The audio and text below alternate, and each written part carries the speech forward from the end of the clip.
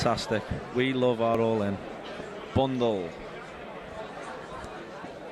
59.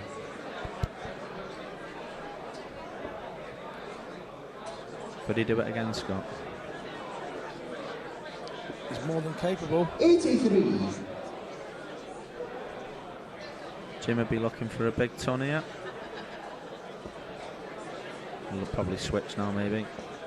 60. It's a nice first start from Remco. It seems to be the dart he likes in the 60, that left-hand side. Is he going to fill it up and lead double six? 105. Went for the ball there, Scott. Yeah, it wasn't both in. I thought they were both in.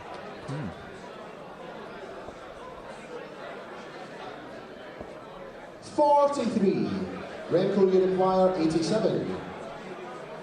Looks like Remco's got 6 starts here to break back.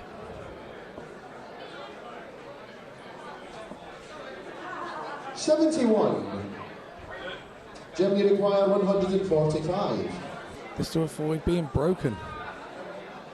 But he's going to let Remco have darts. Oh, that's unfortunate. Not what you want. 45. It leaves him a 2-darter if he gets 16. back. They're looking just to shave the barrel. Lovely marker. No score. Jim, you require 100. So Jim will be looking for the red bit. Is this it? Double top. A little bit south. Yes, that's game shot. On the fourth leg, Jim Williams. Now, to assess the game here, Jamie, are we going to say that Jim's Fifth leg 3-1 up is because he's Remco played to better, or are we going to say that Game on. Remco's missed a few doubles and it could easily be 3-1 the other way? Yeah, I don't think the scoreline is a fair reflection, to be honest. 134. Remco has had chances and he's missed quite a few. And to give credit to Jim, he's been very consistent 36. and solid on his finishing. I think that is the difference, Scott. Most definitely. I mean, Jim won't be worried. Worried of what's it? That his average may be a little lower, or that Remco's missed darts at a double, because what he's up there to do is try and win legs, and I suppose he's winning those legs, not comfortably, but he's winning them all the same, and the scoreboard 60. tells him he's winning them. Yeah, definitely though. Yep. And in those styles of games, it's the scoreboard that gives you the confidence sometimes, not perhaps what you're actually doing in the game. Well, Jim's got quite a 54. significant cushion there, 3-1 up, and Remco's the guy who's chasing the game, so I think Jim can relax a little bit and hopefully take the final winning leg. Well, yeah, I mean, if as a player, even if you lose this one, Jim knows that he's got the leg at the darts in the next leg, so 50. he won't be too kind of worried at this particular moment in time whether he takes this leg or not, to be fair. 60. Remco needs a very high score here, and they're 2 beautiful darts. 125. He'll be coming back for 74.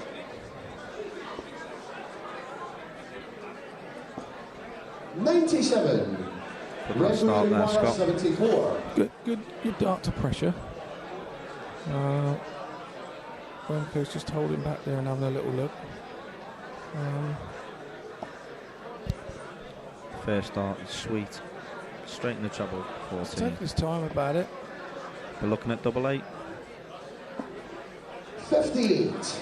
I wonder whether, maybe just a bit of rhythm there. He may be stopping himself a little bit too much there and thinking about the doubles, because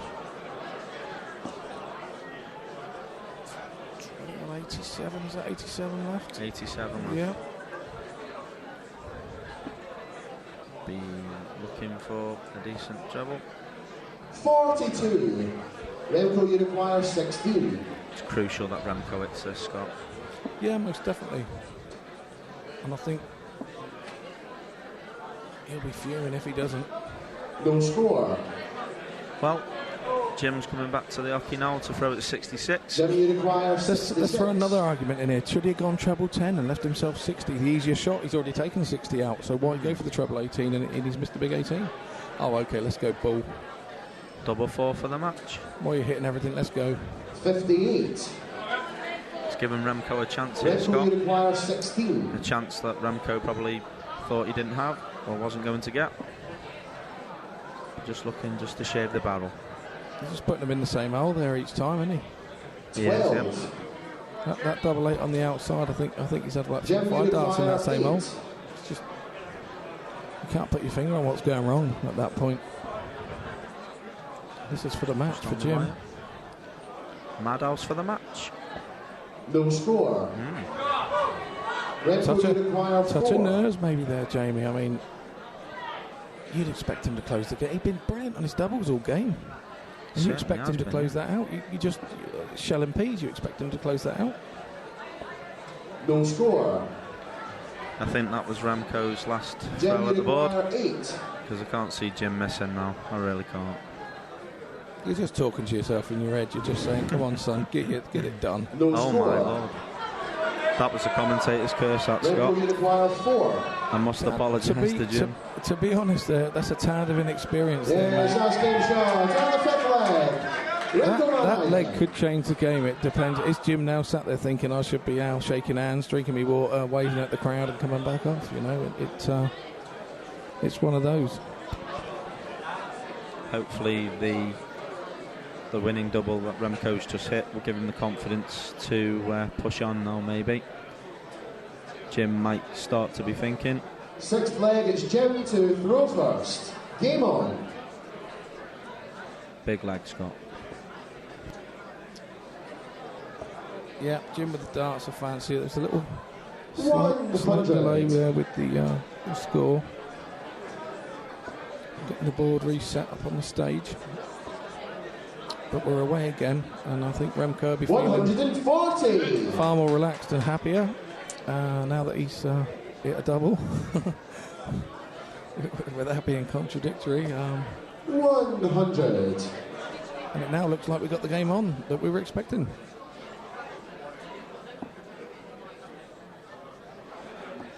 $96.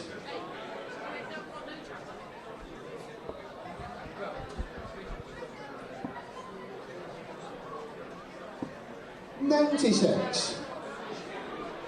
That was a good 96 from Jim.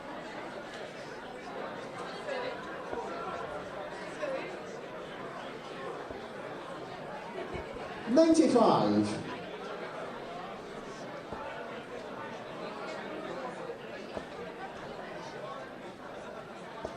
100. Remco, you require 170. So Remco will be looking for the treble 20. There's one.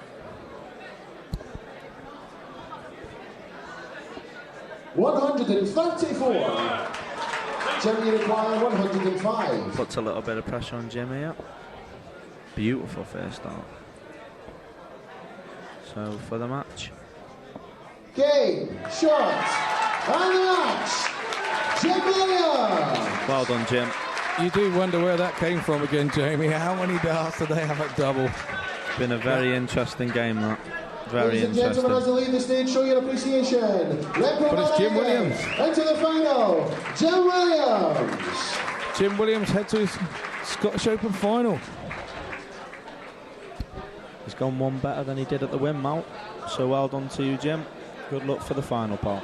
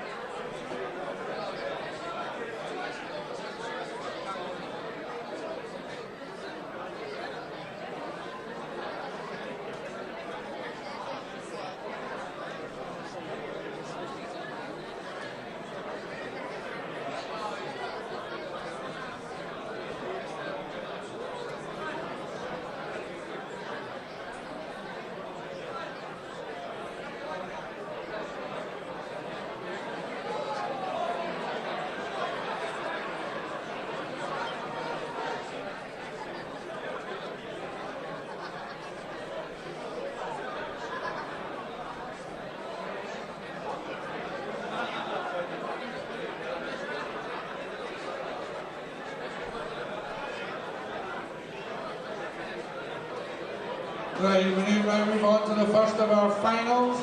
It's going to be the final of the ladies' pairs. Please welcome first on stage from Wales, Jan Robbins and Chris Savory.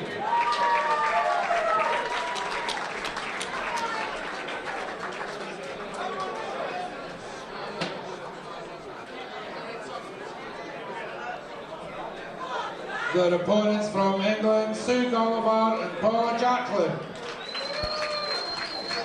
So we move on now to the final of the women's pairs. We see Robbins and Savory versus Gulliver and Jacklin.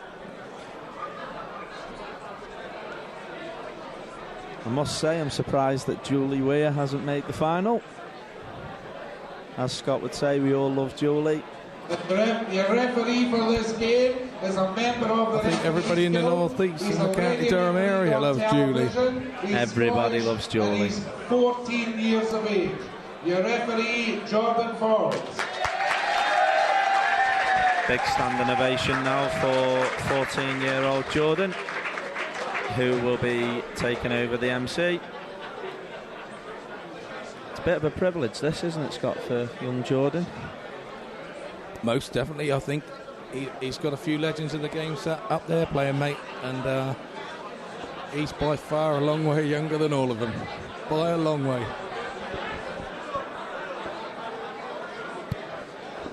We can safely say we will be seeing him at Lakeside in a few years, pal. He seems to be highly regarded by all the guys. Martin Fitzmaurice and his team. Yeah, definitely, and I think that to have him involved at such a young age to effectively learn the ropes from the likes of Nick Rolls and co, and Marco Mayer and Pup Dundas, my roommate this weekend, can only be a good thing for the young lad, and it's great to see that the youth are involved in not just playing, but in fact the refereeing of the game. I totally agree with that, Scott. It's nice to see, people who you know up there, like Anthony Dundas, who I know a lot of people like. He's a genuinely top bloke. I played pairs with him at the Dutch Open. We had a good time. He's a top guy. So here we go then. I think the practice darts are done.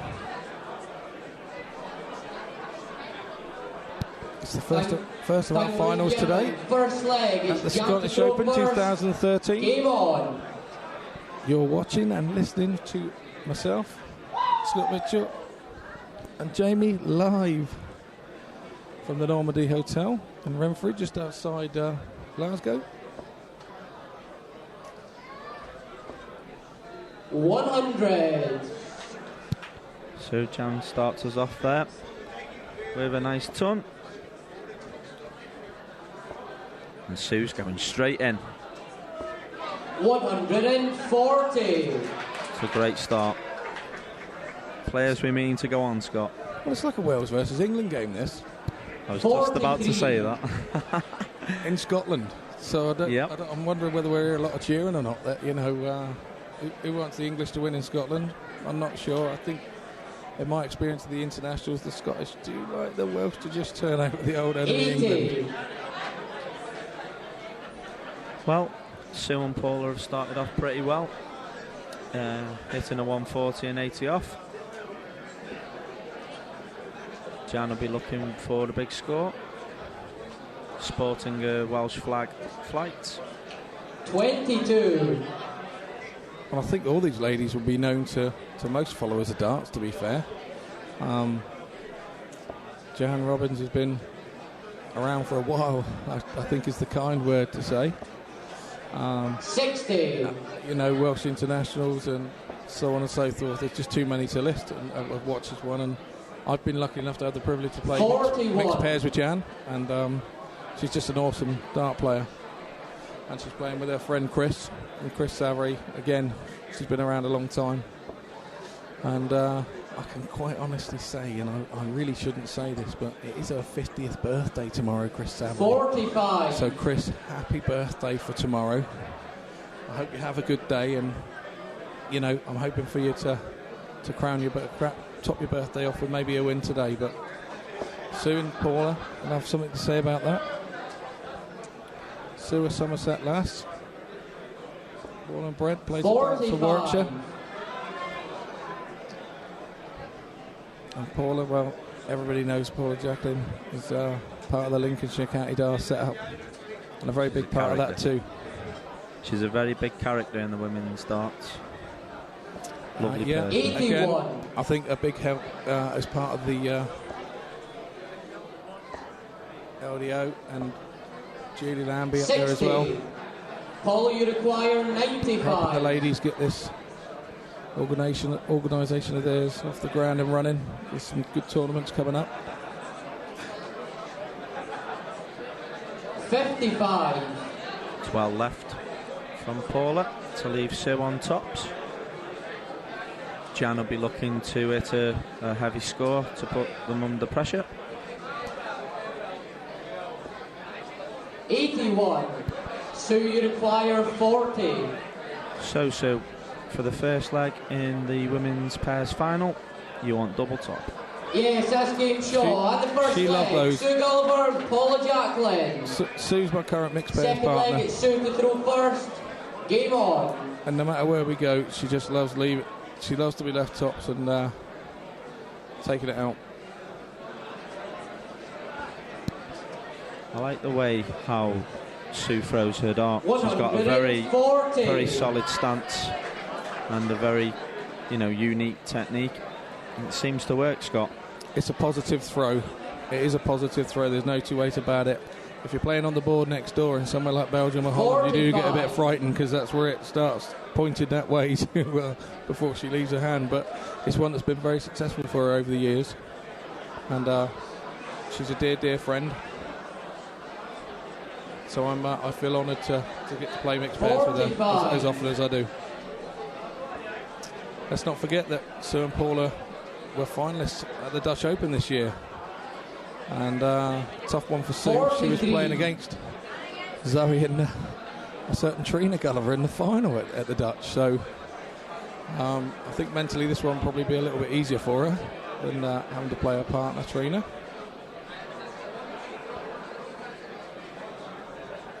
And of course, we've already seen 60. Zoe.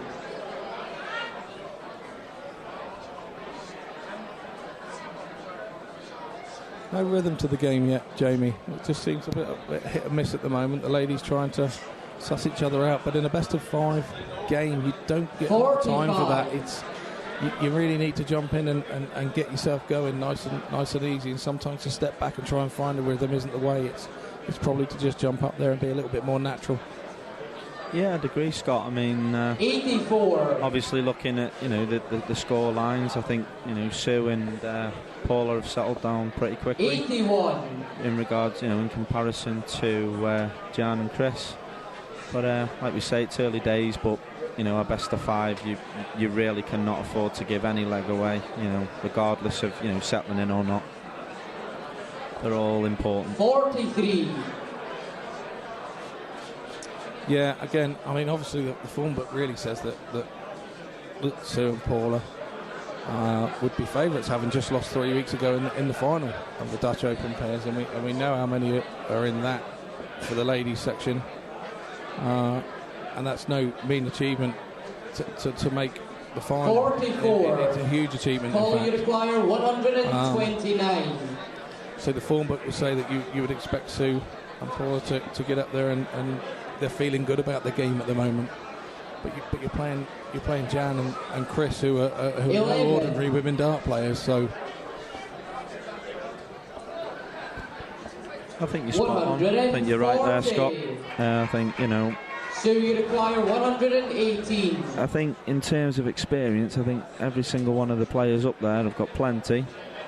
But it really has been down to who's settled down the quickest, and I think we can safely say it's been Sue and Paula. Just clearly, I think they've settled down quicker, clearly to the fact that they're the two that's got a little bit of form and feeling pretty confident about what they're doing. A lovely 140 from Chris to set this 103 up for Jan. It's up to 94 now.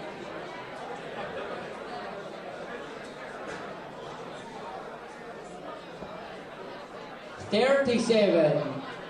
Paula, you require 78. So treble 18 first dart. Oh. Requires 75 now. 22. Bit of a sloppy visit there by Paula. 66. She's looking for a big 16. For double top. That's very unlucky, 36. Scott. She's hit the double 5 right on the line. Sue, you require 56. Sue just taking a breath there, Scott. Yeah, she'll have a good look at this. Yes, that's game shot. And the second leg, Sue Gulliver and Paula Jacqueline. Well, I can safely say, Third Scott, leg is Jan to throw first. it's Game most on. certainly advantage Gulliver and Jacqueline. Definitely, but let's not rule Robbins and Savory out here. They have the darts, and we know that in these best of 5 chases, the third leg's the important one.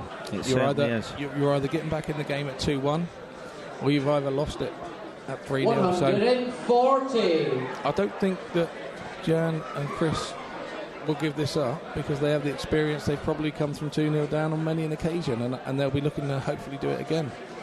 But I'm sure that Sue and Paula will be trying 80. to make sure that doesn't happen.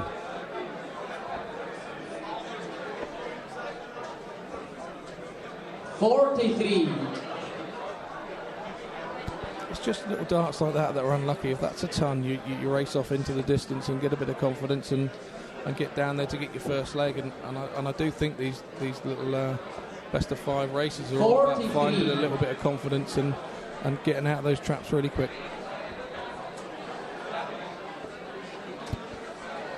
So Jan now throwing at the treble 20.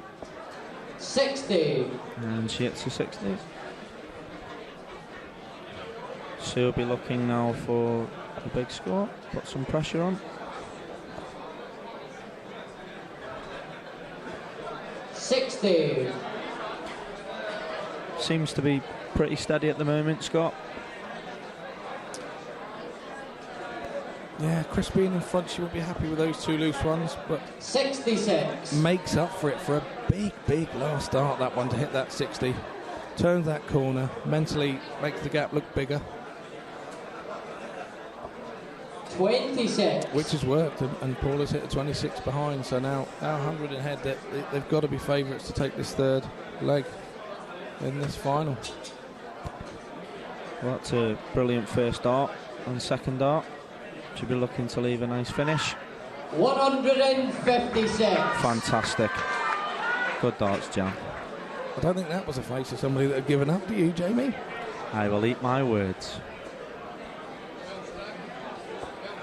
You know, you got to give Jan a bit of credit there. I mean, she's got a bit of fight in it, and she's not giving up, not until that winning dart double's been hit, Scott, which is very good 27. to see. It'd be very Chris, easy you require for 36. Jan and Chrissy to give up, but they're clearly not. No score. A bit of time here for him. I mean, that's not a disaster. It would have been nice for Chris to hit that and settled her nerves a little. 100. They've still got Jan, 6 you darts. require 36. Nothing Paula could do about that. With the first 2 darts in the 20, people say, oh, well, she left 165, but she had no choice. She had 40 in the board. There was nowhere else to go. Play with your rhythm and stay up there. Right thing to do. So it's Jan now, double 9. Looking just to Must be an awkward drop lie. it in. She's had to move along there. It must be an awkward lie for her style of throw. No score. And she's not quite give it, I'll use a technical term here, the oomph to get it up there under that other dart on the double 9, and she strayed into the double 14.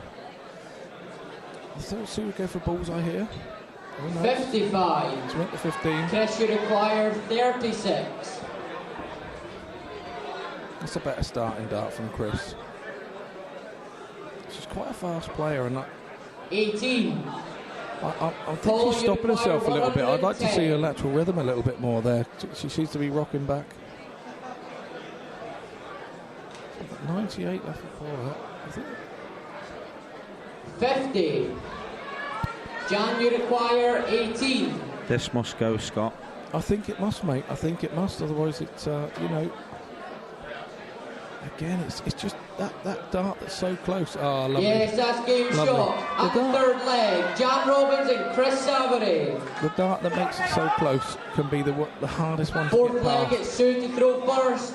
And Jan used the other end of the bed really well there, and aimed for the other part of the double nine, and she hit it smack bang centre.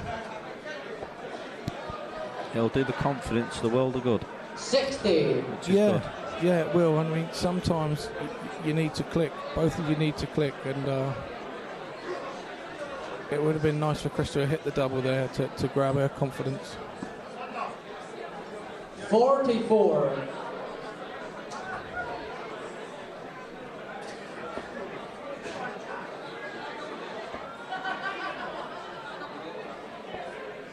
$26. I think a little bit of nerves are kicking in here, Scott.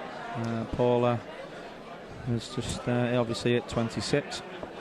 I think there's a bit of nerves on the stage. You've got to remember, Jamie, they've had a bad experience just lately. They lost in the final of the Dutch Open, which they would expected to have, or hoped to have win.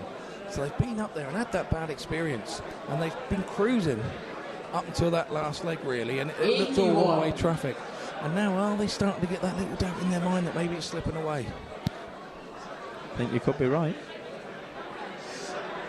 It takes one of you now to just grab the ball by the horns and say, you know what, this isn't going. Very similar to what Jan just done in the last leg to say we're not going down 3-0. It just needs one of them to grab the game. You must take the positives out of it and really go for 26. it. I think the way this game's going now, it's totally open, Scott. I think this could go anywhere, mate. I really do. And what tends to happen is 95. If you're both not doing your bit, you start to pressure your partner. And it can, if the partner's doing the work, they can get dragged down a little because of the pressure of having to do the work of two. So Sue at the okay. 85. As a credible 85. Good darts. Lovely last start to save that throw there. Paula will be looking to come back up. She's a determined character, Paula. She won't let that last 26 get in her way. 100. She's more than capable of going up there and hitting 180 straight behind it. You know, that's the way the ladies' game going these days. Once she's taken the decision to move. 57. Chris, you require 157. A mistake there, mate, to leave 166. That was one that she could have avoided. She could have avoided leaving 166 59. there. And she's given Sue no possible outshot. No, I think Jan will be happy to see that. I think Sue will just be looking now to leave Jan, something. you require 90. Again, that's the last start from Sue. She's hauled that from somewhere, used all her Somerset experience and grabbed that.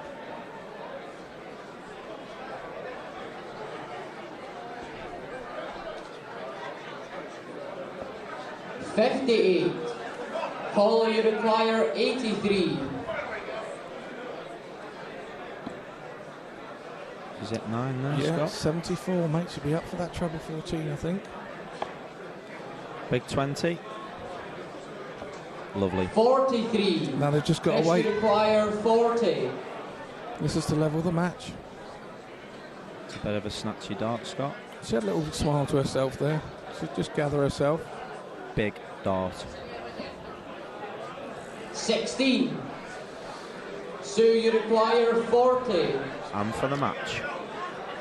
She's been very positive on double top so far, Scott, and I think this is going in. Double 10. Yes, that's game shot at the 2013 Scottish Open Ladies